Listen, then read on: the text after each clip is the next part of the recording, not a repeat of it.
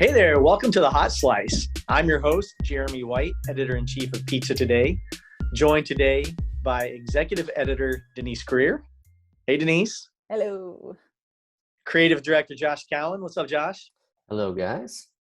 Hey, guys, this is a very special episode of the Hot Slice. Very special. Very, very special. This is episode number 100.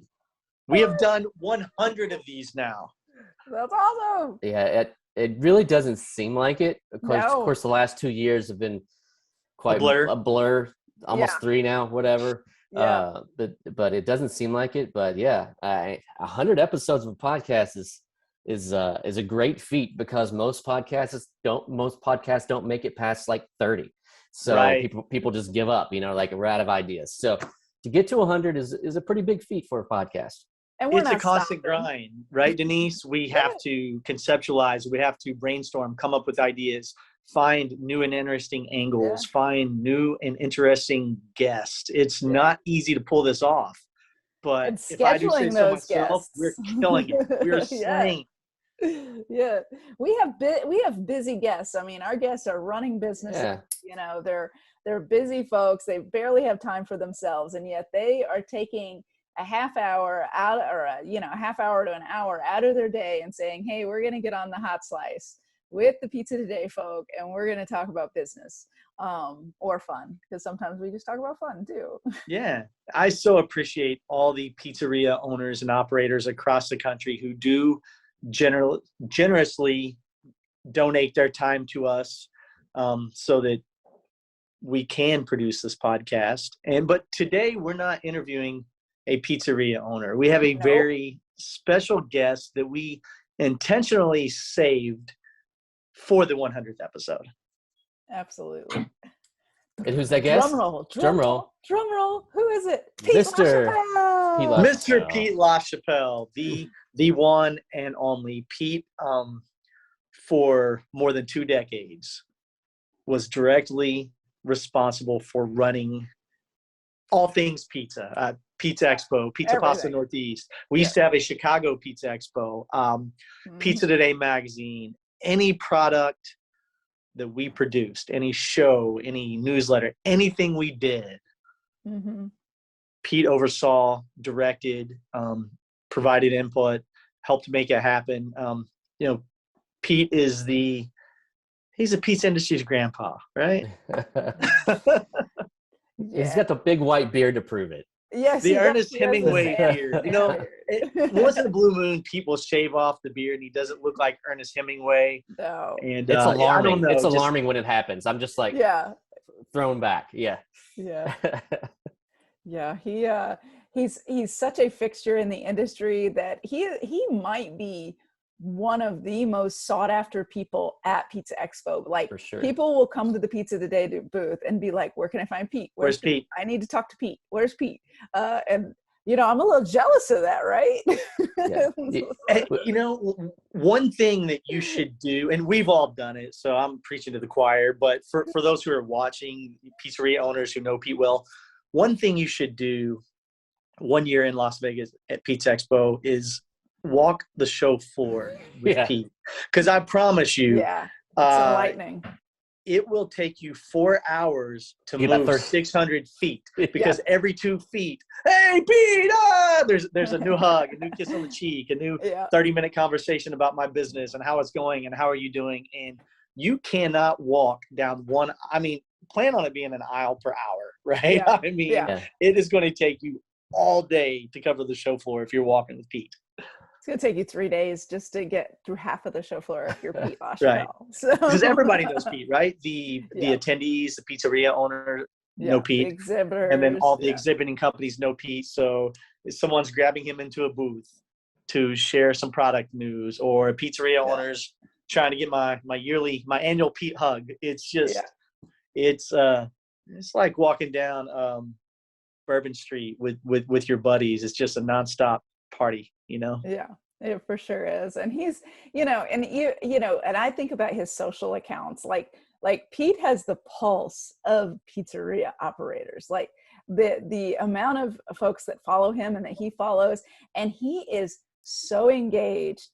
He is, he is everyone's friend in the pizza business, and he just is always keeping up with what's happening. Always engaging, always responding to people.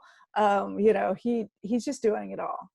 Yeah. Hey, before we bring him on, I want all of us to share a Pete memory. So, Denise, what was your either your first encounter impression of Pete, or your favorite Pete memory over the years? Because you have now been with Pizza Today for 15 years. 10, 11. 10? Yeah, 11. 11? All right, 11, more than 11. a decade, right? More than a decade. Josh More is than a 15. decade. Josh more is than a 15. decade. You've Yeah. worked with Pete for more than a decade. So Yeah. what is one of your favorite Pete memories? Oh my goodness. Well, actually, the one that stands out is when I interviewed for Pizza Today. Actually, Yeah. I walk into Pete's office, and he tells me that this is going to be a very different experience. This is going to be a very different job, and I just always took that, and it was so true. And then probably the next fondest Pete memory was actually going to Pizza Expo, my first Pizza Expo, and Pete kind of giving me that guidance of, okay, here's the industry, here's these folks. And he introduced me to people, and a lot of the people that I am connected with today, are because, Pete walked up and gave him a warm hug and said, here's Denise, she's one of our new editors, take good care of her, and so he was really a great guiding hand. Absolutely. What about you, Josh? Well, definitely the slice of hope. The one Yeah. trip in particular from Portland to Seattle.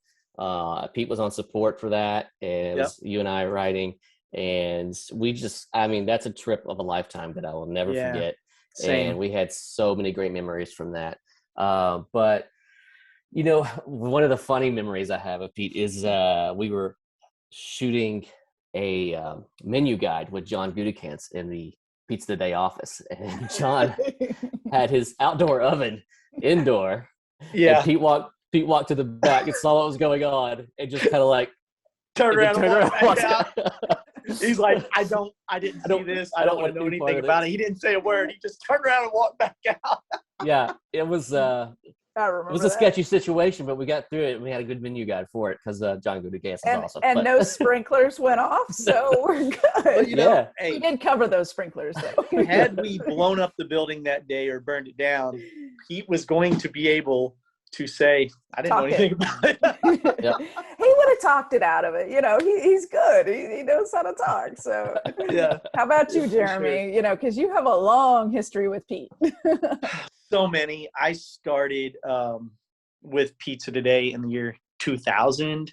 So and worked very, very closely with Pete for going on, my 22nd year. So just so many, really too many memories.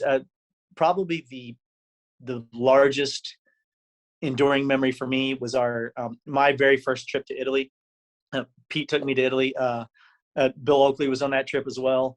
But I had never been over there to experience the culture and how pizza is done over there, and how the pizza industry and the food industry differs there from here in the States. Mm-hmm. And Pete took me over there and gave me quite an education. And then, like Josh said, the Slice of Hope bike tour that we did 10, 12 years ago to raise money for breast cancer research. Pete is the person who got me into cycling. Every day, Pete would ride into the Pizza Today office on his road bike, and sometimes he would take a lunchtime ride. And I was a runner in college. Once upon a time, was a good athlete. Had let myself get a little bit out of shape, and I thought, this looks kind of fun. I could ride a bike. So I went and bought a bike and started riding with Pete.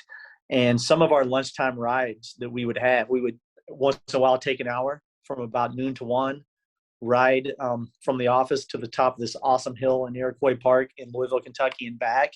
And the conversations we would have on those rides about the industry, about different people in the industry, about some of the best ideas for the magazine and Pizza Expo came at a stoplight, sloshing down a drink of water really quickly on a bike ride. And because we could free our minds a little bit. And there's so many memories, but those two really they really stand out to me a lot. But Pete has been, for my entire career, a mentor, and like you said, a guiding hand. Yeah, I mean, I wouldn't be doing the job that I do today without Pete Lachapelle, no doubt about it. So he has been a hugely important figure, to me, and a lot of people in the pizza industry would say that about Pete too. So. Yeah. Now, the biggest thing I'll say is that he's given us so much freedom to do what we want, and not what we want to do, but like do what we do best, and giving us the freedom to run with it. And I mean, that says a lot. And I think it's why we're here, where we're here at today. He's definitely you're right. Nurtured our creativity, right? Right. We are all creative people, and with the same common vision and goal. But if you stifle creative people, things aren't going to go well. And Pete lets the horses run, and it's Kentucky Derby week, so I had to work on horses. But and that's what we do. And so anyway, let's episode number 100. Happy 100th, by the way. Happy 100th. Let's get Pete Lachapelle on. Performance Food Service is proud to deliver high-quality products, innovative technology, and custom operational solutions to restaurants of all sizes across the country. The flagship division of Performance Food Group, with deep roots in the restaurant industry, Performance Food Service has been the exclusive distributor of the Roma family of brands for more than 65 years. This signature relationship has allowed Performance Food Service to become a leader in the pizza and Italian segment of food service nationwide. Hear that? That's the sound of a pizza being made with delicious Baccio cheese.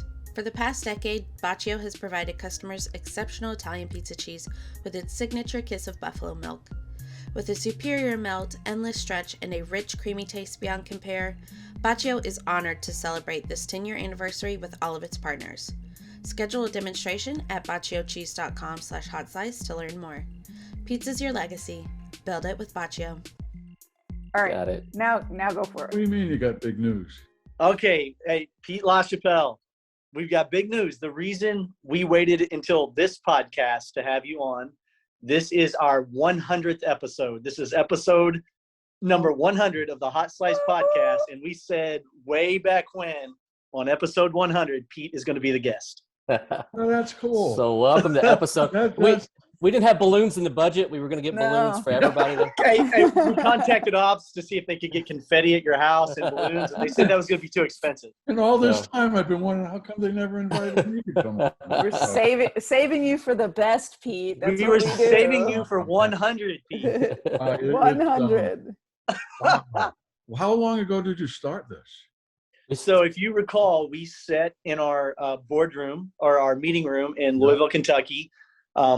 And this was 2017. We were talking about ideas for the future, things we could do to push out more content to the industry. And the idea of a podcast came up, and we all kicked it around and talked about how we would do it and what we would do. And it just, from that little moment, that's when the seed was planted, and it just kind of, you said, okay, let's try this. And so we tried it, and here we are. Yeah. That's cool. The pandemic, That's man, cool. it really catapulted us into the podcast sphere. So Pete, one of the first questions I have to ask you is, tell us about your show experience this year, because after missing it, in 2000, and then it was a little different in 2021, because you're such a big piece of the show, and like our industry just loves that Pete time. Yeah. Well, it's this show was almost like 2019, which was our best show ever. We have been growing every year with both attendance and the number of exhibitors for 11 years straight. And this year, while we didn't have quite the number of exhibitors, the attendance, I think it was close to just 500 short of what we had in 2019. So that made the aisles really crowded. You know, I joke about it and say that it looked like a college bar on a Friday night, and it's awesome, you know. But yeah, it was so great to see everybody. And really, what was also pretty cool is that, you know, we obviously we have a core attendee base that, you know, you can almost count on seeing them every single time. Right. And they showed up in August, which was really kind of a teary affair, you know. Right. I'm getting choked up just thinking about it, but it was really kind of a teary affair in August, and they all came back again in March. Yeah. Which was really cool. So March was the celebration. August was like, oh God, I'm so happy you're still alive, you know. Right. For sure. But We made it this far. This year was this year's March show was just amazing. It just to see everybody and to it's hard to describe, you know. And my role now is a little different. Okay. Yeah. But I don't have a day-to-day role in managing anything anymore, you know. But I actually thought that I would be able to spend even more time on the show floor, because I don't like staying in the office. My goal was to spend as much time on the show floor as possible and just wander around and see people. And my favorite place over the years has been to hang out in the lobby before the door opens. Yeah. You know, because that's always fun. You know, you The see excitement building. Yeah, it's familiar great. faces and you know, stories over the years. You know, I mean, that's where I met Jonathan Goldsmith. You know, five years in a row, I met him in the lobby out front, and you know, I met God, tons of people out there. But anyway, yeah, this year was a special year. It was really awesome. Pete, what show was this for you? I started, my very first Pizza Expo was in the year 2000. So I think you, 96, 97 or something? I actually came here in December of 98. 98. 98, Yep. wow. And my first show was March of 99. And so what did we miss? Did we have a show in 20? 20 was the year that we were canceled due to COVID. Okay, right. And then it was supposed to be in June of 21. It got pushed to August. Off to August, right. Yeah. So yes, my first one was March of 99. And I mean, that was really wild because I didn't know anybody. Yeah. So I remember my first experience going there, memorable experience was actually, at the time, it was Bull and Beer. Yeah, that's right. I was a fly on the wall and just wanted to watch, you know. And I remember watching somebody who was the MC or the organizer or the primary speaker, and he walked around with the microphone in his pocket for 2 nights in a row. And I thought, who is that guy? You know, and I got back and found out he was getting $2,000 a night for doing it. And so that was my first major decision was okay, I know how to save $4,000. The worst that happens is I can walk around with a microphone in my pocket. And the second one is that clearly the Bull happens after the beer. So we flip-flopped it from Bull and Beer to Beer and Bull. Yeah. And then that from there, that's probably where I met the most people. Is when I first went there and explained to the audience, which was about 35 people, and 2 kegs of beer. And good ratio. That's a good ratio, though. Oh, it was an awesome ratio. I mean, back then they would go on for three plus hours. Yeah. I mean, I remember the bartender would say, Pete, I got to go, you know, and I'd say, okay, how much beer we have? And he'd shake it, yep, this one's still full. And I said, how many cups? And I said, okay, fill up all the cups.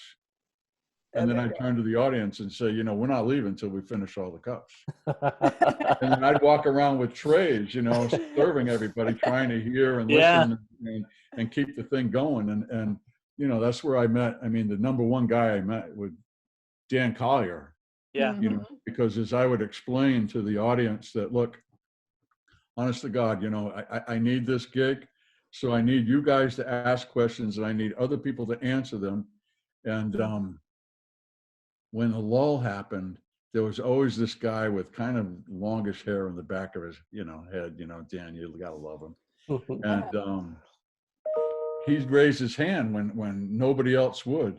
Yep. He would come up with the most brilliant answer. And then before I could find him, he'd be gone, you know, at the end of, you know, after we finished all the beer, and I'm thoroughly served. But yeah, and then to find out that, you know, was it Rusty's? Rusty's. Yeah, he was with Yeah. Rusty's. Yeah, at that time he was before I Dan. think he Yes, was he the president of Rusty's? he was. Yeah. Yeah. I mean, that was amazing. So it was no wonder he had such brilliant answers, you know. And today I was reading his article in the magazine, and but he was like the first guy that I grew to rely on, you know. Yeah. Yeah. That is how Dan made his name for himself. No one knew who he was, and he would stand up in Beer and Bull, and you'd hear this deep radio voice. He's got that great voice, and then you look at him, and he's got the mullet, he's got the 1970s mustache. He drove into that Corvette, and you're like, who is this guy? He's so smart, and we're like, oh my gosh, this guy is smart. Brilliant answers. 20 plus years later, he's still like a major fixture at Pizza Expo. Speaks at the show now, but it all started by contributing answers at Beer and Bull. Yeah, Beer and Bull was cool. I had no idea. I've been here 15 years. I had no idea you used to be Bull and Beer. I had no idea either. I had no idea it was Bull and Beer. and you know, you know, there were some years where I'd ask the first question and I didn't get much of an answer, you know, and I'd say, okay, that's it. 10 minutes, everybody go grab a beer. That's it. You know, I want to back these suckers up because clearly you're not loose enough. Well, it's crazy how much the community has grown. Since that time, you know, nobody was willing to open up and whatnot, but it's just a drastic difference in that now. It's a bigger community and everybody wants to share. I really think that, you know, again, I go back to that Beer and Bull, that was where I think the community started to develop, you know, at least at Pizza Expo. And people felt comfortable enough to come up and say, hey, you know, I was at this seminar today and it was on such and such a topic. And I think I can do a better job. Yeah. And I'd say, really, you do? He said, yeah. I said, well, okay, next year, make sure you call me when you get home so I remember, you know. But next year, how about you go on a panel? And then, you know, I don't want to throw you in the deep end right off the top, but how about you jump on a panel? And then if you're still comfortable, then the following year you get your own, you know, your own seminar. And what happened is that, and back in the late 90s when it started, there were, no offense, but there were a lot of professional speakers. Right. And they would pull, as I've said many times, they pull Shoe Store out and drop Pizzeria in. Right. And now a lot of motivational speakers. You're right. Yes. Yeah. And then as the years went on, you know, and real pizzeria owners started speaking, they were not necessarily professional speakers. Right. And they may not have been even the best of speakers, but the audience knew that if that guy had the balls to get up there and tell me about his mistakes, and I know that guy knows what I'm doing, and there was a trust that built up. And so you didn't have to be an outstanding speaker. You just knew that guy knows his stuff. Yeah. And then again, then the sharing started happening. And but I really think all of that really started with Beer and Bull. And that was a major sea change in the way we did everything. We started transitioning away from motivational speakers into people who are actually in the trenches every day.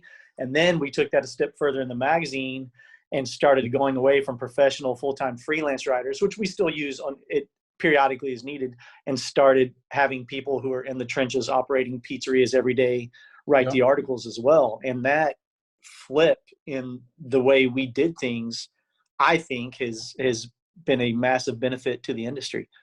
Yeah. Yeah. You know, I noticed that the other day that Nora Cayley still writes for us. Yeah, she's been around a long And I time. don't know if you knew that, but Nora Cayley used to write for me Yeah, back when I had my bakery magazine. Oh, that's wow. how we got hooked up with her. Yeah. Yeah. Nora Cayley is an excellent writer, She is. and she's one of the. I mean, she's probably our longest term freelancer that we have. Yeah, she's one of Probably. only 3 or 4 people that we rely on who Yeah. don't actually own or run a pizzeria. Yeah, She absolutely. knows her stuff. Yeah. She knows her stuff. So, hey, Pete, as I'm thinking about, your time span with Pizza Today, Pizza Expo, as far as, we talk about that sea change, what, because you've got such a great pulse for the operators and just talking to the operators and them reaching out to you on social and interacting with them, what are you seeing right now when you have conversations with operators? Like what are you hearing from them on what they're experiencing in the industry right now? I think we could probably. I was thinking about this the other day that the industry we deal with when you go to Pizza Expo. Mm-hmm. I think what we're looking at is like the top 25% of the pizzeria operators out there, the most successful 25% in the industry. Mm-hmm.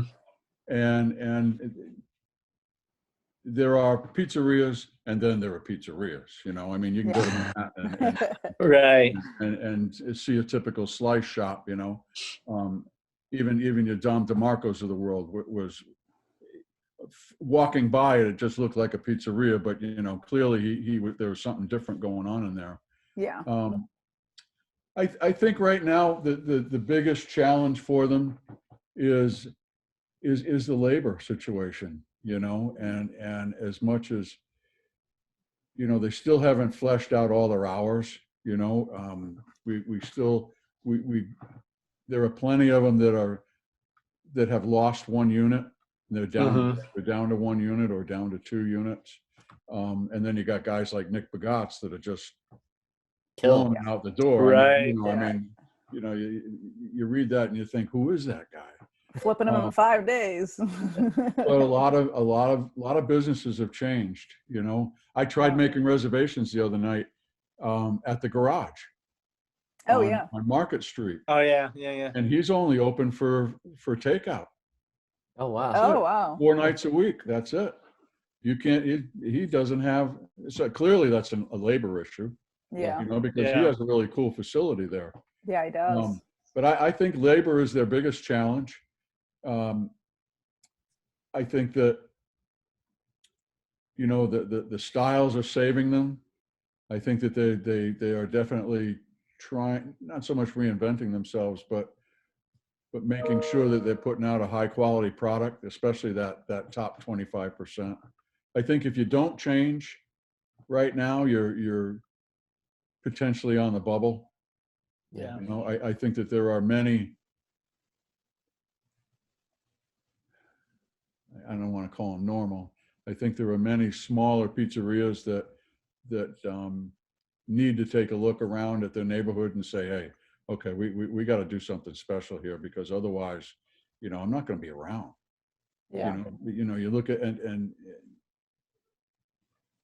and if they do something special, then they can take their prices up and feel good about it, which is another major challenge is that. Yeah. But we've been saying that for, I remember standing up in Beer and Bowl 15 years ago going, saying such and such a chain is selling a pizza for $6, and I don't know, we're selling something for $6. I don't know, you can't call it pizza, but I don't know what you get for $6. But you guys got to raise your prices.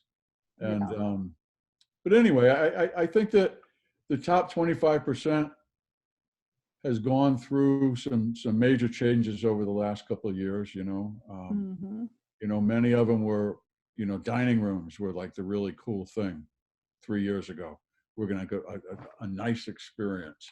And they started building beautiful bars and fleshing out their restaurants with nice interiors. And then all of a sudden that beautiful bar became a staging area for delivery. Mm-hmm.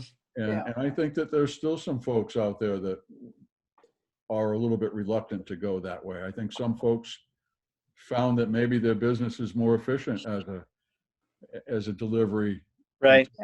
operation. I talked to quite a few folks that were, if they're going to do another unit, it's going to be just carry out and deliver. It's going to be Delco. I heard that. Yeah. Right. Yeah. Delco's important to this industry. I mean, it has always been important to our industry, especially in the chain portion of our industry. But now independents are seeing that there's so many benefits to it. And for, the reality is, like, third parties played a role in this. The pandemic's played a role in this. Delivery was actually on the upswing even before the pandemic happened. Like, we were seeing the uptick happening with deliveries and carryouts.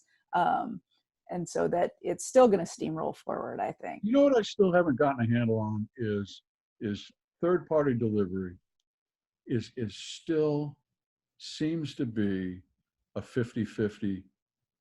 Love it or hate it.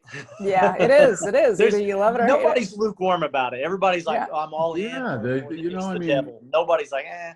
I still haven't figured that out.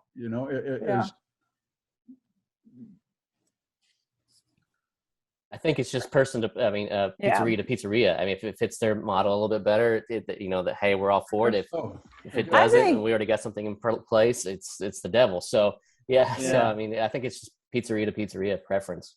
I think our industry is still waiting for the third-party delivery to establish their own guidelines and standards like other industries have, and we haven't seen them formulate together to say, hey, as an industry, here are the standards we're going to have, and here's how we're going to roll. Like, we're still waiting for them to do that. Yeah. And so I think until they establish that, you're still going to have this big divide between love it or hate it.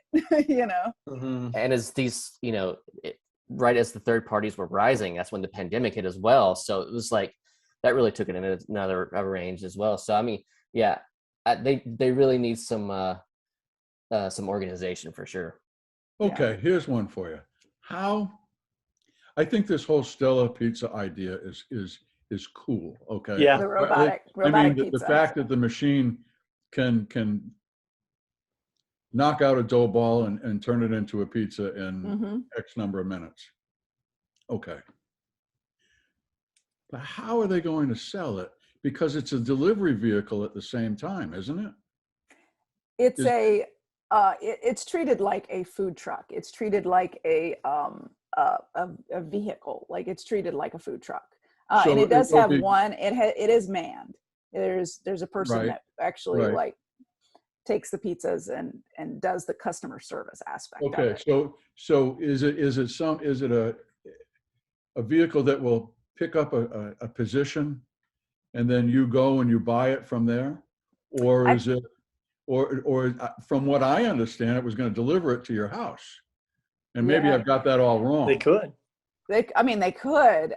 We need to bring the CEO on sometime to talk about the robotic stuff, because it's a very interesting topic. And you have the automated pizza making machines at like Pizza Expo and things like that. So I don't know how you can sell enough pizza. I mean, unless you're like the ice cream truck that when I was little, going down, and ringing the bell, and then people come out and they want to buy ice cream. I get that. Yeah.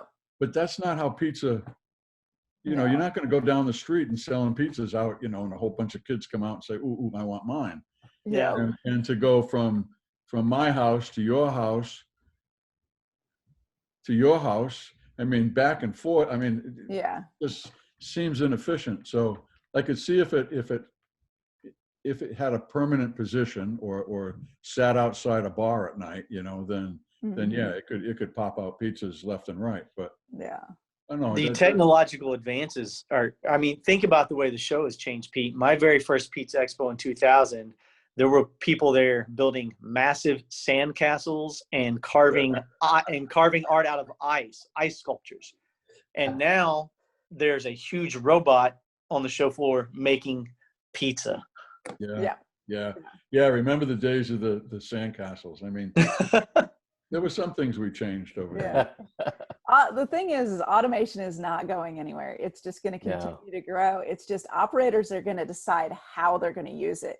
And overwhelmingly, our operators say, we still want a hand-touched product. Yep. So how can you automate other things and still have a handmade product is basically kind of where people are looking as far as an independent market. I don't know. Right, but there's a place for it. Look at the labor shortage. That's why kiosk, or you even go into a McDonald's now, and you may not order from a human being. You may just be pressing buttons on a kiosk, and that's because of the labor shortage.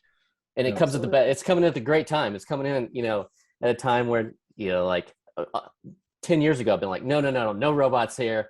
Just, I want everything handmade. But like now it's just like, well, you got to move on. You got to move on. Yeah. And we don't have the people. So this is what's going to happen. Yeah. Right. It's been interesting to see on social media, the people that I would have thought would say, absolutely not, it's crazy. Mm-hmm. And they're actually considering it. I mean, they actually kind of support the idea. And I can tell that they're gingerly supporting it because, their peers are like, they're looking around, who's going to hit me in the back of the head for even thinking about it.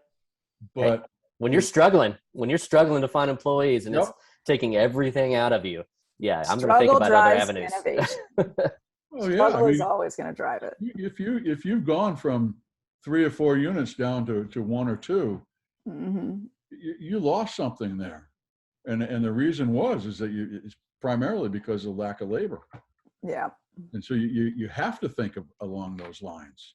Yeah. Now, I recently saw that there was a robotic company that packed it in, that decided, this wasn't going to happen.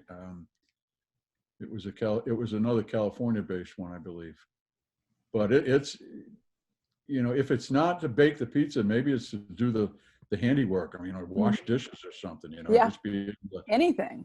collect dishes and doing all the prep work. I mean, we've always had automation and prep work, but not to the scale we have it now. I mean, you lose your couple of hours of labor doing prep work if you're using an automated prep system.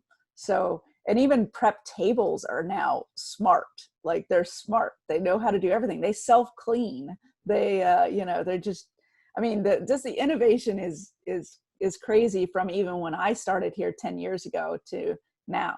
I saw my first machine. It was a soft drink machine. I don't like drive-through. Okay, I rarely I do drive-through maybe twice a year, and I can't even tell you why, but I just don't. I want to go in, and but I went through a drive-through not too long ago, and the soda machines was like on a conveyor, and I'm seeing this person punching in an order into a like a tablet on the wall, and all of a sudden the cup comes down and it's automatically filling up, and I say, whoa, where have I been? But that's cool. I've been out here in Brandenburg, Kentucky. Yeah.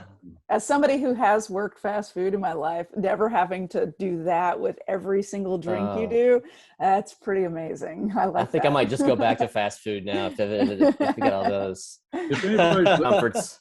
If anybody's listening out here, we need a really good pizzeria. Oh, there you go. That's the truth. There you go. There's the market in Brandenburg. Jump on it, somebody. We really do. We are the capital of fast food. All of the Yum brands just moved from one end of town to built. They're building new stores, and everybody's thinking, cool, maybe we'll get a Starbucks. No, it's another Kentucky Fried Chicken, another Taco Bell, another, Captain D's. Or Long John Silver's. I'm sorry. Maybe you get sorry, Long Yum John brands. Silver's or an A&W. This is a desert out here. Yeah. So it's 100.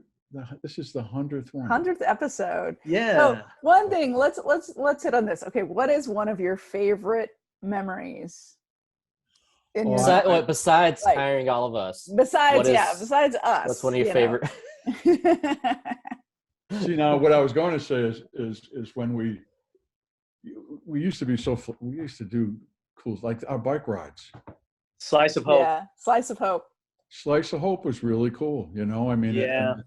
and you know, it was really a token effort, Mm-hmm. you know, but it was something that resonated with the industry, and people saw that, you know, we were trying to do something special, you know, that was Yeah. really cool. My favorite memories, you know, I miss Pat Bruno. Yeah. I miss Pat too. Yeah. Pat Bruno was a really special guy. I really, he was one of the very first guys that kind of befriended me when I didn't know anybody. And I used to be able to, you know, when the show was much smaller, I used to be able to go and spend half hour at a time behind the curtain with Pat, you know, Yeah. shoot the breeze, you know, and you know, do you remember when he was taking comedy classes? I do remember that. And he would try out his jokes on me. And he wasn't really very good. It wasn't his calling. But he had guts, man. Yeah. And he was, I miss Pat Bruno. Pat Bruno in my mind was really a cool guy. You know, Yeah. Dave Ostrander was another one Yeah. that really played a big role in it. But yeah, a favorite memory. I mean, all the shows They all kind of blend together. They're all nice. They're all Yeah. great, but they all kind of like, you know, Yeah. all blend together a little bit. Yeah. I mean, of all the aspects, I think Beer and Bull was some of my favorite times, Mm-hmm. you know. And for those who don't know, we still do beer and Bull today. We still do it. Yeah. Yeah. You can Yeah. participate in Beer and Yeah, Bull. actually this year it got pretty close to going back to the way it used to be. I think it's got serious potential to go back, and I'll bet you this time we could have gone an hour and a half and asking questions, you know, but everything is so scheduled right now that Yeah. it's okay. We got to go party now. It's Yeah. you know. There's 4 other events after this. So yeah. Right. For sure. Yeah. Well, I miss you guys. I miss going into the office. I miss I'm dying for the next show. That was the best part, was that, you know, when you go to the show, you got recharged for the whole year. It gave you conversations that you could relate to and refer back to, you know, and you guys get out on the road a whole lot more than I did. Yeah. You know, so you guys, for me, it was my primary time to interact with the pizzeria owners. Sure. And that's why on social media, you know, I probably check it too often, but I really do try to keep up with everybody and to see what they're doing and how well they're doing and that. But since we haven't been on the road that much, of course, during the pandemic, this podcast has really helped me personally just to stay in touch with all the pizzeria owners, to stay connected. I mean, this has been a huge thing. Yeah. During the pandemic, this is the only way we really got to talk to pizzeria operators. We couldn't get on an airplane, even, you know, had we wanted to at that time, we wouldn't have even been allowed to. So this is how we kept our finger on the pulse and how we talked to people and learned what was going on in their shops and what they were doing to try to get through this pandemic. Yeah. You know, I don't know why you just popped into my head. Have you had Rocky Shanauer on this? Oh yes, yeah. A couple times. Rocky's a good guy. He gave a great keynote. He did. He really did. That was an excellent keynote. And I shouldn't say I was surprised, but I was surprised. I mean, he did a really good job at it. Yeah. I was impressed with that. Rocky killed it. If you're ever in north central Ohio, his shop, Amish country, is like, it's such a great representation of what you can do in small town America and just kill it. You know, Ohio is a hotbed for pizzerias. Yeah, you would not know really it, but you know, I mean, look at Gudikance. Yeah. I mean, he is clearly he's in that little college town. He uses more ingredients in a week than most guys. Right. And then we were on social media again. Who was it? Somebody says, You use words I've never even heard of before. He invents half of his words. Yeah. That's why we love him. He's hilarious. Yeah, for sure. That's awesome. All right. Well, Pete, thanks for joining us today and on the 100th episode and just talking about the way the show has changed over the decades. Thanks so much for inviting me. Hey, we'll meet again at 200. How about that? We'll just go ahead and plan it out. Hey, you know where to find me. Yeah. I'm, as you know, my role has changed. Okay. And right now I'm focusing on either finding or uncovering some new shows to build our food group. I still have a dream of taking Pizza Expo to Europe sometime. Yeah. Yeah. A little something on the drawing board. We'll see, Yeah. But, right now we're kind of looking at a Latino food and beverage event. Remember we did that years ago with La Fiesta. I think, we missed the mark back then, but I think it's got strong potential now. Yeah. So anyway, so I like I said, I don't have a day-to-day management anymore for Pizza Today or Pizza Expo, but this is my chance to wish everybody all the best of luck, and I'm not going anywhere, that's for sure. Otherwise, but so if 200, I'll be back for 200. That'd be cool. Right. Everyone watching this right now and listening will see you in March in Las Vegas. You bet. Yeah. Absolutely. And or come on out to Atlantic City and pizza. And That's pop. right. Pizza That's in right. Boston Northeast. That'll be cool. So anyway, thanks guys. I really appreciate it. And it has been just a blast for 23 years. I know. It has been. Yeah. Thank you. Thanks. All right. Thanks, Pete. Have a good day. See you later. Thank you. All right. Bye-bye. See ya. Bye.